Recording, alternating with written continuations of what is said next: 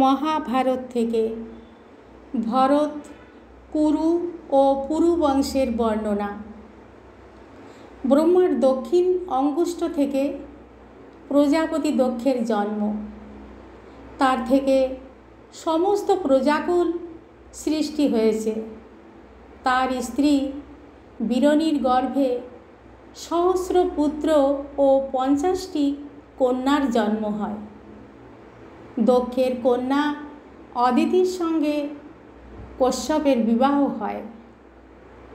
অদিতির গর্ভে ইন্দ্র ও বিম্বসান এর জন্ম হয়। বিম্বসানের জ্যেষ্ঠ পুত্র মনু এবং কনিষ্ঠ ধর্মরাজ। মনু থেকে ব্রাহ্মণ, ক্ষত্রিয় ইত্যাদি উৎপত্তি হয়। মনুর পুত্র ইলা, ইলার পুত্র পুরুরবা। পুরুরবা অত্যন্ত ভোগ বিলাসী ছিলেন। পুরুরবা স্বর্গ থেকে উর্বশীকে এনেছিলেন।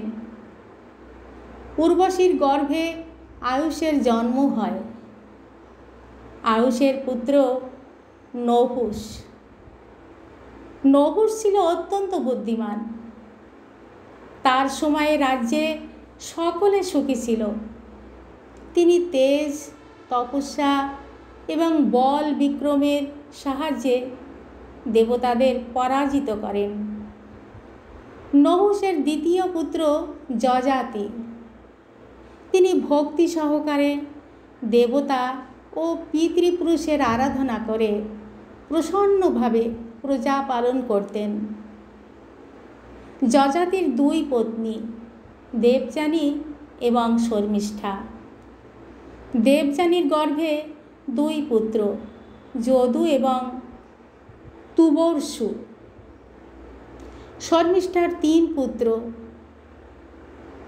ধুরস্য, অনু এবং পুরু। যদু থেকে যাদব এবং পুরু থেকে পৌরব বংশের সৃষ্টি। পুরুর 2 পুত্র, পুরুর পুত্র জন্মেঞ্জয়, জন্মেঞ্জয়ের পুত্র প্রসিন্নান, তার পুত্র সংজাতি, তার পুত্র অহংজাতি, তার পুত্র সার্বভৌম, তার পুত্র জয়ৎসেন, তার পুত্র অবাচিন, তার পুত্র অরিহ, তার পুত্র মহাভৌম, তার পুত্র অযুতনায়ী, তার পুত্র অক্রধন, তার পুত্র দেবাতিথি, তার পুত্র অরিহ, তার পুত্র ঋক্ষ, তার পুত্র মতিনার, তার পুত্র অংশু, তার পুত্র ইলিন। ইলিনের পুত্র দুষ্যন্ত।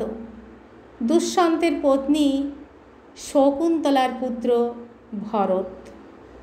ভরতের পুত্র ভূমন্য, তার পুত্র সুহোত্র, তার পুত্র হস্তি। ইনি হস্তিনাপুর স্থাপন করেন। হস্তির পুত্র বিকুণ্টন, তার পুত্র অজমির, তার পুত্র সংবরণ। ইনি ভরত বংশের প্রবর্তক।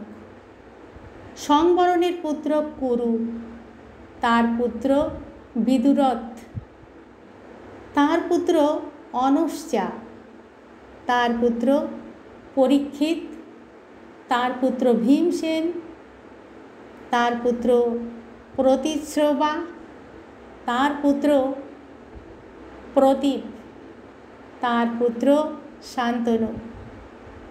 শান্তনু রাজা হন। ভাগীরথী গঙ্গার সঙ্গে শান্তনুর বিবাহ হয়।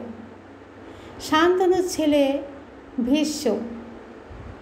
পিতার প্রসন্নতার জন্য তিনি সত্যবতীর সঙ্গে পিতা শান্তনুর বিবাহ দেন। সত্যবতীর গর্ভে বিচিত্রবীর্য ও চিত্রাঙ্গদ নামে 2 পুত্র জন্মায়। চিত্রাঙ্গদ অল্প বয়সে যুদ্ধে নিহত হন। বিচিত্র বীর্যের দুই পত্নী অম্বিকা এবং অম্বালিকা। অপুত্রক অবস্থায় বিচিত্র বীর্য মারা যান। সত্যবতী ব্যাসদেবকে স্মরণ করলেন। ব্যাসদেব এলে তিনি বললেন, বিচিত্র বীর্য সন্তানহীন অবস্থায় পরলোক গমন করেছে, তার বংশ রক্ষা করো।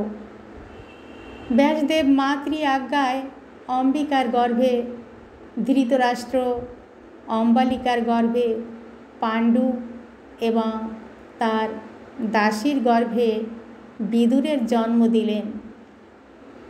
ধৃতরাষ্ট্রের 100 পুত্র, তার মধ্যে প্রধান দুর্যোধন, দুঃশাসন, বিকর্ণ এবং চিত্রসেন। পাণ্ডুর পত্নী কুন্তীর গর্ভে 3 পুত্র জন্ম নেন, যুধিষ্ঠির, ভীম, অর্জুন। মাদ্রীর গর্ভে 2 পুত্র নকুল ও সহদেব জন্ম নেয়। দ্রৌপদীর সঙ্গে পাণ্ডুর 5 পুত্রের বিবাহ হয়, অর্থাৎ যুধিষ্ঠির, ভীম, অর্জুন, নকুল ও সহদেব, এদের সঙ্গে দ্রৌপদীর বিবাহ হয়। দ্রৌপদীর 5 পুত্র জন্মগ্রহণ করে। অর্জুন শ্রীকৃষ্ণের ভগিনী সুভদ্রাকে বিবাহ করলে তার গর্ভে অভিমন্যু জন্মগ্রহণ করে। ভীমসেনের স্ত্রী হিড়িম্বার গর্ভে ঘটোৎকচ জন্মগ্রহণ করে। বিরাট রাজকন্যা উত্তরার সঙ্গে অভিমন্যুর বিবাহ হয়, তার গর্ভে মৃত সন্তান জন্ম নেয়। অশ্বত্থামার অস্ত্রে তার মৃত্যু হয়েছিল। ভগবান শ্রীকৃষ্ণের কৃপায় সে প্রাণ ফিরে পায়। তিনি পরীক্ষিত নামে প্রসিদ্ধ। পরীক্ষিতের পত্নী মাতৃবতীর পুত্র জন্মেঞ্জয়। জন্মেঞ্জয়ের 2 পুত্র শতানিক এবং শঙ্কুকর্ণ। শতানিকের 1 পুত্র অশ্বমেধ দত্ত নামক জন্মগ্রহণ করে।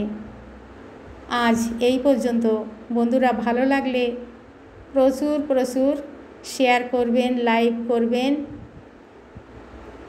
সাবস্ক্রাইব করে আমার পাশে দাঁড়াবেন।